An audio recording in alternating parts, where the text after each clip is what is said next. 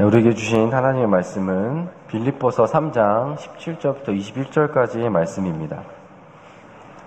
빌립보서 3장 17절부터 21절까지의 말씀입니다.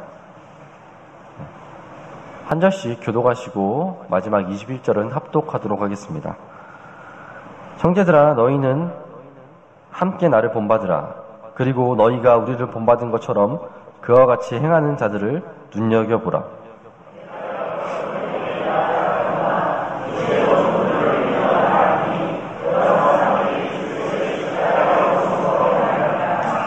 그들의 마침은 멸망이요 그들의 신은 배요 그들의 영광은 그들의 부끄러움에 있고 땅의 일을 생각하는 자라.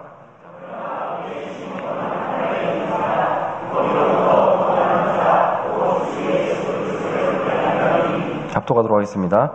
그는 만물을 자기에게 복종하게 하실 수 있는 자의 역사로 우리의 낮은 몸을 자기 영광의 몸의 형체와 같이 변하게 하시리라. 아멘. 우리는 이 세상에 태어나 하루하루를 살아가는 존재들입니다. 우리는 예수님을 믿기 전에는 이 땅의 것에 모든 것을 걸고 살아갔던 존재들입니다. 세상의 것이 우리의 것이라, 이 세상의 것이 우리의 전부라 생각하며 살아갔던 존재들입니다. 우리는 이 세상의 것을 위하여 살아갔던 사람들입니다. 그러나 우리는 예수님을 믿음으로써 세상의 것에 더 이상 목숨 걸지 않게 되었습니다. 예수님을 믿는 그 순간부터 우리는 하나님 나라의 백성이고 하나님 나라에 우리의 모든 것을 걸게 되었습니다. 바로 우리의 시민권이 하늘에 하나님의 나라에 있는 것입니다. 이런 사실들이 오늘 우리가 읽은 본문에 너무나도 잘 나와 있습니다. 오늘 우리가 읽은 본문은 빌립보 교회를 향한 바울 사도의 편지였습니다.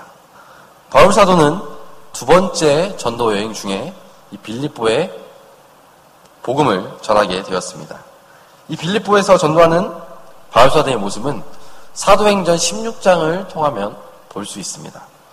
우리가 그 전도 이야기를 너무나도 잘 아는데, 한 여종이 귀신 들렸고 바울이 전도할 때마다 따라다니며 하나님은 이 바울이 하나님의 복음을 전하는 자다라고 외치면서 따라다니자 그 여종에게서 귀신을 내쫓고 바울이 감옥에 갇히는 그 전도 이야기가 바로 사도행전 16장 이야기고 바울이 빌립보에서 전한 복음의 내용입니다. 그 빌립보는 아주 조그마한 도시였습니다. 하지만 군사 도시였기 때문에 아주 부유한 도시였습니다. 빌립보에는 유대인들이 아주 적었던 것 같습니다. 지난번에도 한번 설명드린 적이 있었는데 바울은 어느 도시에 가든지 가장 먼저 회당을 찾아갔습니다. 그 회당에 찾아가는 이유는 유대인들도 있었지만 하나님을 경외하는 자들이라고 불리는 이방인들이 있었기 때문입니다.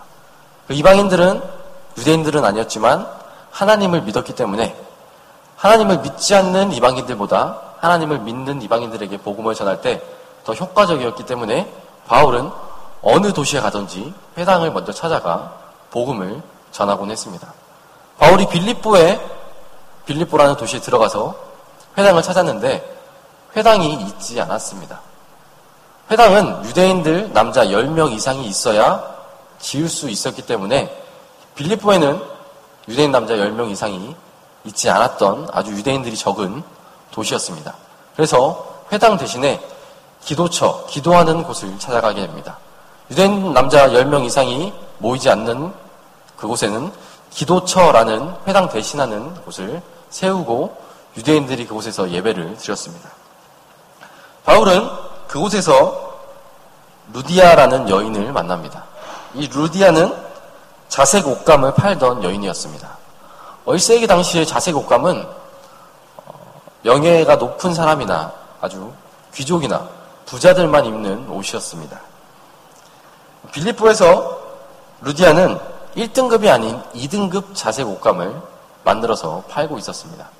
1등급 자색 옷감보다는 가격이 많이 싸지만 높은 사람들이 입는 옷이었기 때문에 아주 장사가 잘 되었습니다. 그래서 루디아는 부유한 사람이었고 그 루디아의 집이 빌립보의 교회가 되게 됩니다. 바울 사도는 이러한 빌립보 교회에게 편지를 보내게 됩니다. 바울 사도가 빌립보에 편지를 보내는 이유가 여러 가지가 있지만 우리가 오늘 읽은 말씀과 관련된 이유는 두 가지가 있습니다. 하나는 빌립보 교회에 내분이 있었기 때문입니다. 그리고 또 다른 하나는 3장에 아주 잘 나와 있는데요. 바로 유대인들이 기독교인들을 꼬시는 내용이 있었습니다. 유대인들이 기독교가 틀렸다라고 선전을 하고 다녔기 때문에 그 문제를 해결하기 위해서 바울 사도가 빌립보를 향하여 편지를 쓰고 있었습니다. 바울 사도는 자신이 없이 지내고 있는 빌립보 교회를 향한 언제나 걱정하는 마음이 있었습니다. 바울 사도는 언제나 자신이 세운 교회에 찾아가고 싶었지만 지금 이 상황은 바울이 감옥에 갇혀 있었기 때문에 찾아갈 수 없어서 편지를 보내게 됩니다. 오늘 본문을 통해서 빌립보 교회를 향한 바울 사도의 걱정과 권면을 몇 가지 살펴보고자 합니다. 먼저 첫째로 바울 사도는 자신을 본받으라 라고 권면했습니다. 17절을 보시면 바울 사도가 이렇게 말씀합니다. 형제들아 너희는 함께 나를 본받으라. 여기서 본받으라 라는 단어의 원래 의미는 모방하다 라는 의미입니다. 바울 사도는 빌립보 교인들에게 자신을 모방하라 라고 권면하고 있습니다. 이것을 어떻게 보면 좀 교만하게 볼 수도 있습니다. 잘난 척 하는 것으로도 볼 수 있습니다. 바울 자신은 진품이고 그 진품을 모방해서 닮은 삶을 살아라 라고 말하는 것으로 보일 수도 있습니다. 물론 빌립보 교인들은 바울 사도를 아주 존경했습니다. 그리고 바울을 예수 그리스도의 사도라고 인정했던 교회가 바로 빌립보 교회입니다. 바울 사도가 엄청난 카리스마적 성품으로 빌립보 교인들에게 나를 본받으시오 라고 권면할 수 있었습니다. 하지만 바울 사도가 자신을 본받으라는 것은, 오늘 말씀에서 본받으라는 것은 자신이 더 훌륭하다고 말하는 것이 결코 아닙니다. 또 자신의 특권이나 업적이나 자신의 장점을 본받으라라고 말하고 있는 것이 아닙니다. 고린도전서 11장 1절에 보면 바울이 무엇을 본받으라라고 말하는지 좀 더 자세히 알 수 있습니다. 제가 읽어드리겠습니다. 내가 그리스도를 본받는 자가 된 것 같이 너희는 나를 본받으라. 바울 사도가 이렇게 말씀했습니다. 빌립보 교인들을 향해서도 똑같은 말씀을 전하고 있는 것입니다. 내가 그리스도를 본받았으니 너희도 내가 그리스도를 본받은 것 같이 본받으라 라고 말하고 있는 것입니다. 바울 사도가 다른 사람들에게 본받으라고 한 것은, 모방하라고 한 것은 바로 바울 사도 자신을 본받으라고 한 것이 아니라 예수 그리스도를 본받으라 라고 한 것이었습니다. 예수 그리스도를 본받는 것, 예수 그리스도를 모방하는 삶을 살아가는 것, 그것은 예수님을 믿는 사람들의 모습임을 우리는 너무나도 잘 알고 있습니다. 여러분의 모습은 예수 그리스도를 본받는, 모방하는 삶의 모습을 갖고 계신가요? 제가 베트남 선교 여행을 갔을 때입니다. 야시장에 갔는데 모조품들이 어마어마하게 많이 있었습니다. 그 모조품 중에는 A급도 있었지만 흉내만 낸 아주 안 좋은 급도 있었습니다. 많은 모조품 중에서 가장 잘 팔리는 것은 당연히 제일 비슷하게 모조한 A급이었습니다. 가격 차이가 조금 나더라도 진품보다는 훨씬 저렴했기 때문에 많은 사람들이 A급 모조품을 사갔습니다. 물건도 진품이 있고 그 진품을 모방한 모조품이 있습니다. 그 모조품들도 다 같은 것이 아니라 급이 있습니다. 진품과 얼마만큼 비슷한지를 따집니다. 우리도 한번 우리의 급을 따져봐야 할 것 같습니다. 우리가 예수님과 얼마나 닮고 있는 삶을 살고 있는지, 우리의 삶은 과연 얼만큼이나 예수님을 따라가고 있는지 한번 판단해 봐야겠습니다. 자, 그렇다고 우리가 옆 사람을 판단해서는 안 됩니다. 저 사람은 교회 잘 나오고 기도를 많이 하고 헌금을 많이 하고 교회 봉사를 많이 하니까 A급이다. 저 사람은 교회 나오지 않고 기도도 잘 안 하는 것 같고 어쩌다 한번 봉사하는 거 보니까 C급이다. 이렇게 판단해서는 결코 안 됩니다. 우리를 판단하실 분은 오로지 하나님 단 한 분이십니다. 그럼에도 불구하고 우리가 판단할 수 있는 사람이 딱 한 명 있습니다. 바로 자기 자신입니다. 옆 사람 말고 다른 사람 말고 나 자신. 나 자신. 우리는 나를 돌아볼 수 있고 나를 판단할 수 있습니다. 이 시간 한번 여러분 스스로 생각해 보았으면 좋겠습니다. 여러분은 예수님을 얼마만큼 본받고 계신가요? 얼만큼 모방하고 계신가요? 예수님을 모방한다는 것은 다른 성경에도 잘 나와 있지만 우리가 읽은 빌립보서 2장 6절에서 12절에 우리가 본받아야 할, 우리가 모방해야 할 예수님의 모습이 너무나도 자세히 잘 나와 있습니다. 그것을 보면 예수님은 하나님의 본체셨지만 하나님과 동등함을 취하시지 않으시고 오히려 자신을 비우시고 자신을 낮추셔 종의 형태인 인간의 몸으로 오셨습니다. 그리고 죽기까지 복종하심으로 십자가에 돌아가셨습니다. 우리 모두를 위하여 예수님께서는 그러한 삶을 사셨습니다. 그리고 하나님께서는 예수님을 높이 올려주셨고 모든 사람들에게 높임을 받는 존재가 되게 해주셨습니다. 우리는 이러한 예수님의 모습을 본받아야 합니다. 모방해야 합니다. 자신을 낮추는 모습, 다른 사람을 위하여 희생하는 모습, 교회를 온전히 세우는 모습, 하나님께 온전히 끝까지 순종하는 이 모습을 우리는 닮아가야 되고 본받아야 하고 모방해야 합니다. 둘째로 바울 사도는 그리스도의 십자가의 원수로 살지 말라라고 권면했습니다. 바울 사도는 자신을 그리고 자신이 본받은 그리스도를 본받으라고 권면한 뒤에 18절과 19절을 통해서 그 모범과 반대로 사는 사람들의 모습을 말하며 분개하고 있습니다. 자신이 따르는 예수님의 삶과 그 반대로 사는 사람들의 모습을 대조하고 있습니다. 바울 사도는 이들을 향해서 그리스도의 십자가의 원수라고 표현하고 있습니다. 이들의 삶은 19절에 아주 잘 나와 있는데 제가 읽어드리겠습니다. 그들의 마침은 멸망이요 그들의 신은 배요 그들의 영광은 그들의 부끄러움에 있고 땅의 일을 생각하는 자라.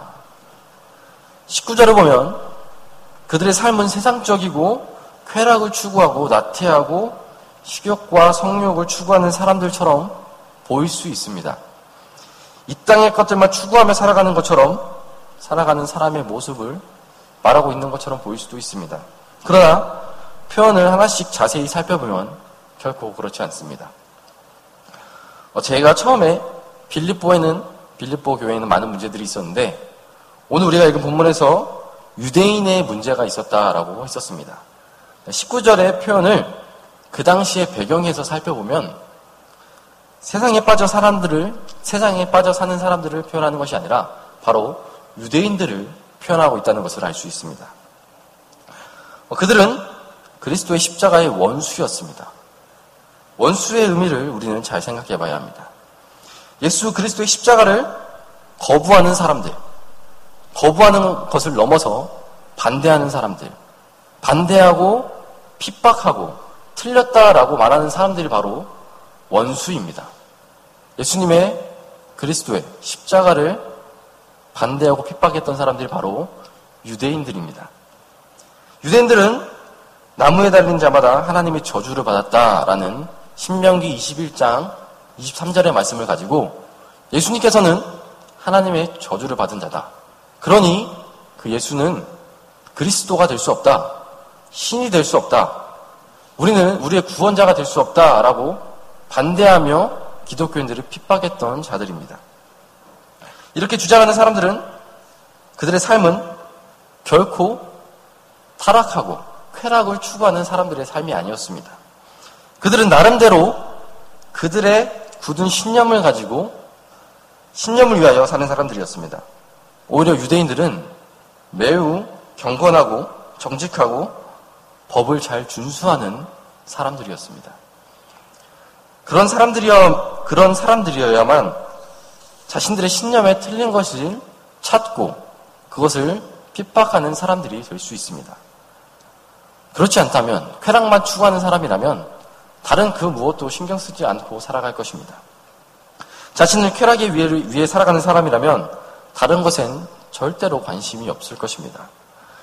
이러한 유대인의 모습은 바울의 과거를 보면 알 수 있습니다. 바울은 율법에 가장 열심을 가진 사람이었습니다. 다른 그 누구보다 하나님을 사랑했던 사람이고 하나님의 말씀을 지키고자 했던 사람이었습니다. 그 바울이 예수님을 만나기 전에 삶은 어떠했나요? 기독교를 핍박했습니다.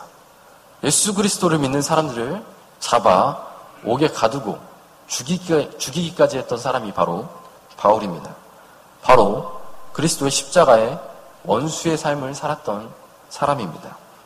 이렇게 자신의 신념을 최우선으로 생각하는 사람들. 유대인에게는 신념은 바로 율법이었습니다. 그 율법을 지키기 위하여 최선을 다해서 살아가는 사람들. 예수 그리스도의 십자가 사건을 거부하는 사람들. 그러한 사람들의 끝은 멸망뿐입니다. 율법을 지키기 위하여 예수 그리스도의 십자가를 거부하는 것은 구원을 받을 수 없는 길로 걸어가는 것입니다. 그들 스스로 구원을 얻기 위하여 율법을 지키며 살아갔습니다. 구원은 오로지 하나님께 있다는 것을 생각하지 아니하고 믿지 아니하고 자신들이 율법을 지킴으로 구원을 얻을 수 있다라고 생각하고 그것을 위해서 살아갔던 사람들이 바로 유대인들입니다. 그리스도의 십자가 없는 사람의 끝은 오로지 멸망뿐입니다. 19절을 계속해서 보시면 이런 유대인들은 배를 신으로 섬긴다라고 비판하고 있습니다. 이것은 그들이 배부름을 위해서 산다는 말이 아닙니다. 배를 신으로 섬긴다라는 것은 유대인들의 정결법을 비판하는 것이었습니다. 음식을 가리는 정결의 법을 몰두하는 것을 비판하는 것입니다. 이것을 먹으면 옳고 저것을 먹으면 틀리다. 이것을 먹으면 하나님의 영광이 되는 것이고 이것을 먹으면 하나님의 저주를 받은 것이다. 라는 그 정결의 법을 오로지 그것에만 몰두하며 살아가는 유대인들을 비판하는 내용입니다. 유대인들은 그런 비판을 자기 자신에게 한 것이 아니라 다른 사람에게 했습니다. 저 사람 우상의 고기를 먹었어. 쟤는 이제 구원을 받지 못하고 하나님의 저주를 받을 거야. 이렇게 다른 사람들을 판단하는 삶을 살았던 자들이 바로 유대인들입니다. 이러한 신앙생활, 이러한 신념을 가지고 다른 사람들을 비판하는 신앙생활은 기독교의 신앙생활과 전혀 반대되는 신앙생활입니다. 서로를 옳다, 맞다, 틀리다 라고 판단하고 지적하는 신앙생활은 기독교에 반하는 것입니다.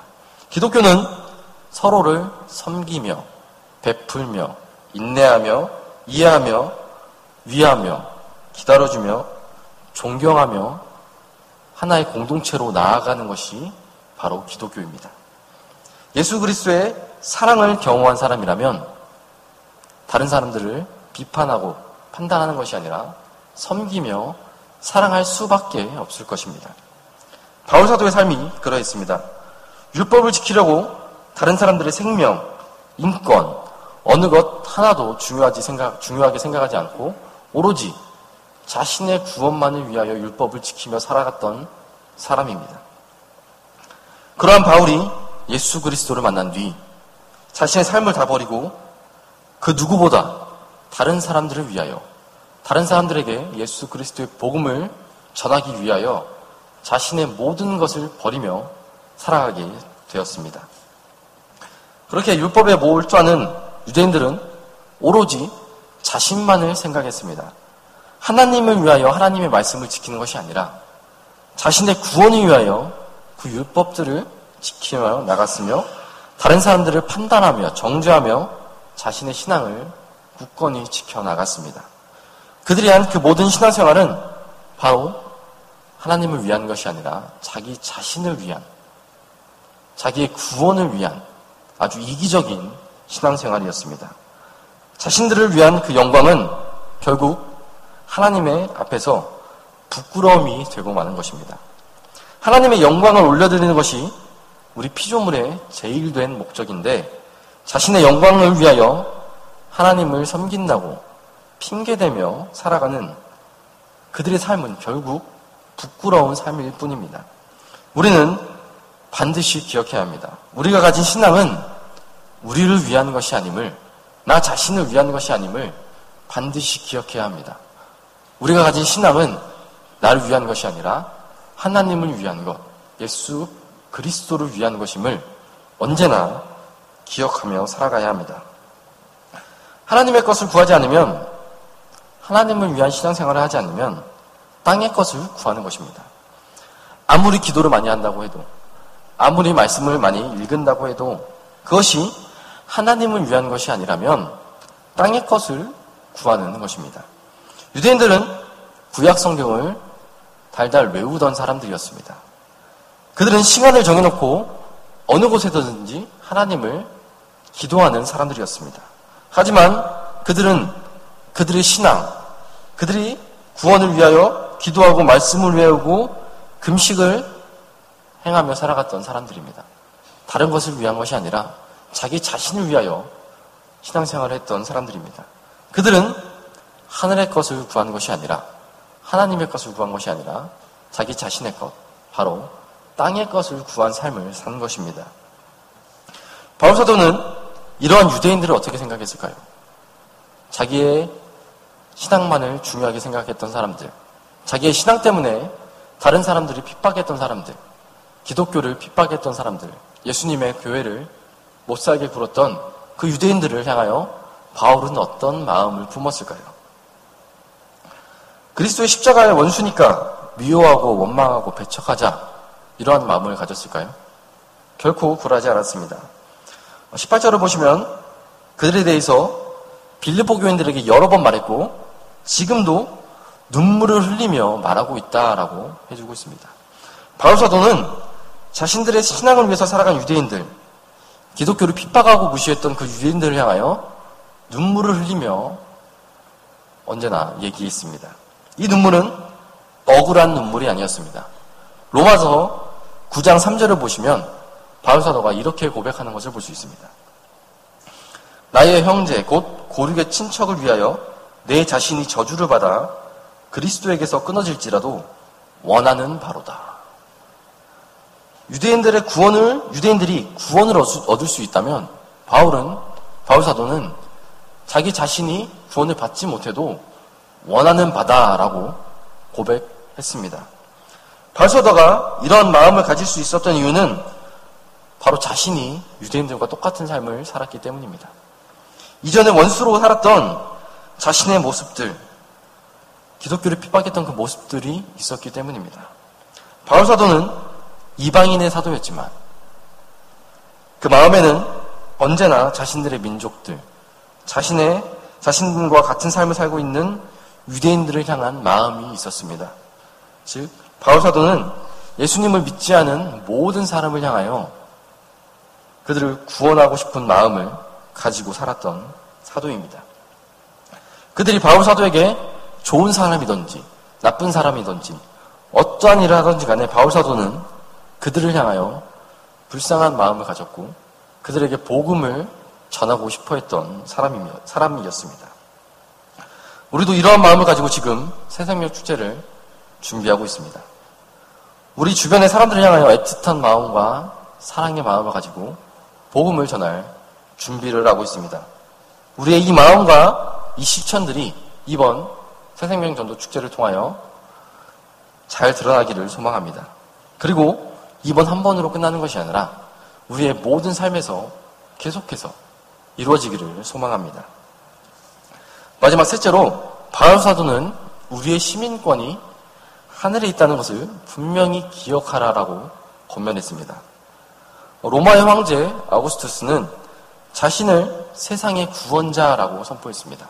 심지어 자신을 신이라고 말하며 황제 숭배를 명령했습니다. 로마인들에게 황제는 자신들을 다른 나라로부터, 다른 세력으로부터 지켜줄 구원자이자 신이었습니다. 빌립보 도시는 아까도 말씀드렸듯이 군사도시였습니다. 황제의 직할 부대와 그 후손들이 살던 도시가 바로 빌립보 도시였습니다. 그렇기 때문에 빌립보는 황제를 향한 충성심이 아주 강했던 도시입니다. 그러한 도시에서 바울 사도는 로마의 황제가 진정한 구원자가 아니라 진정한 구원자는 예수 그리스도다라고 선포하고 있는 것입니다. 그곳에서 바울 사도는 그들이 섬겨야 할 주가 로마의 황제가 아니라 예수 그리스도다라고 선포하고 있는 것입니다.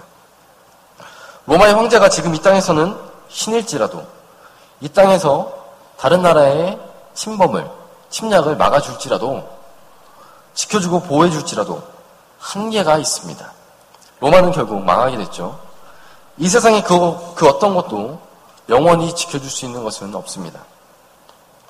이번 대신방 중에 목사님 말씀 중에 이런 것이 있었습니다. 세상의 사람들은 다른 것에 빌며 자신들을 구해달라며 지켜달라며 한다고 했습니다. 태양, 달, 나무, 돌 이런 것들을 향하여 빌면서 자신들을 지켜달라라고 빌다고 했습니다. 하지만 우리를 지켜주시고 보호해주시는 분은 오직 하나님, 예수 그리스도 뿐입니다. 바울 사도는 예수 그리스도를 믿는 자들의 시민권이 하늘에 있다라고 분명히 말씀해주고 있습니다. 예수 그리스도를 믿는 우리는 이 땅에 속한 자들이 아니라 하늘에 속한 자들이라는 것을 언제나 기억하라고 권면하고 있습니다. 하나님 나라에 속한 하나님의 백성들임을 잊지 말라라고 권면하고 있습니다. 그래서 우리는 이 땅에서가 아니라 저 하늘에 소망을 두고 살아야 하는 존재들입니다. 우리가 가져야 할 소망이 21절에 아주 잘 나와 있습니다. 제가 읽어드리겠습니다. 그는 만물을 자기에게 복종하게 하실 수 있는 자의 역사로 우리의 낮은 몸을 자기 영광의 몸의 형체와 같이 변하게 하시리라. 아멘. 바로 우리가 가져야 할 하늘의 소망, 부활의 소망인 것입니다. 그 부활을 예수 그리스도께서 우리에게 주시는 것입니다. 예수님께서 이 땅에 다시 오실 때 그날 그리스도를 믿는 자들을 그리스도의 몸과 같이 영광스러운 몸으로 부활시켜 주실 것입니다. 그래서 예수 그리스도를 믿는 사람들은 이 땅에서 살아갈 때 하늘의 시민권을 생각하며 하루하루 매일매일을 기쁨과 기다림과 소망을 가지고 살아갈 수 있는 것입니다. 바울 사도가 그거를 말씀하고 있는 것입니다. 빌립보 교인들에게 유대인들의 핍박, 헬라 로마인들의 압박, 그 속에서도 이 땅의 것을 생각하지 말고, 이 땅의 것을 기대하지 말고, 이 땅의 것을 바라지 말고, 힘들과 어려움을 생각하지 말고 하늘의 소망을 두고 살아가라 라고 권면하고 있는 것입니다. 그러나 그 당시의 상황과 지금 21세기의 우리의 상황은 너무나도 다릅니다. 우리는 예수님을 믿는다고 핍박을 당하거나 압박을 당하지 않습니다. 우리는 예수 그리스도를 믿기에 너무나도 좋은 환경에서 살아가고 있습니다.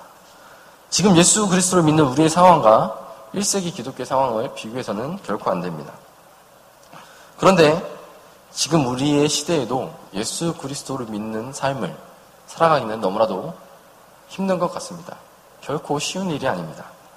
하늘의 소망을 두고 하루하루를 기쁨과 소망으로 살아가기에, 그러한 삶을 살아가기에 결코 쉽지 않은 세상입니다. 그것은 바로 이 땅이, 이 세상의 것이 너무 좋기 때문입니다. 이 세상이 너무나도 좋은 환경이 되었습니다. 이 땅의 것들이 지금 우리에게 평안과 기쁨과 행복을 주고 있다고 생각해서 하늘의 소망을 두지 않을 때가 너무나도 많습니다. 내일과 미래에 이 땅의 것을 우리는 소망을 두고 매일매일을 살아가기 바쁩니다.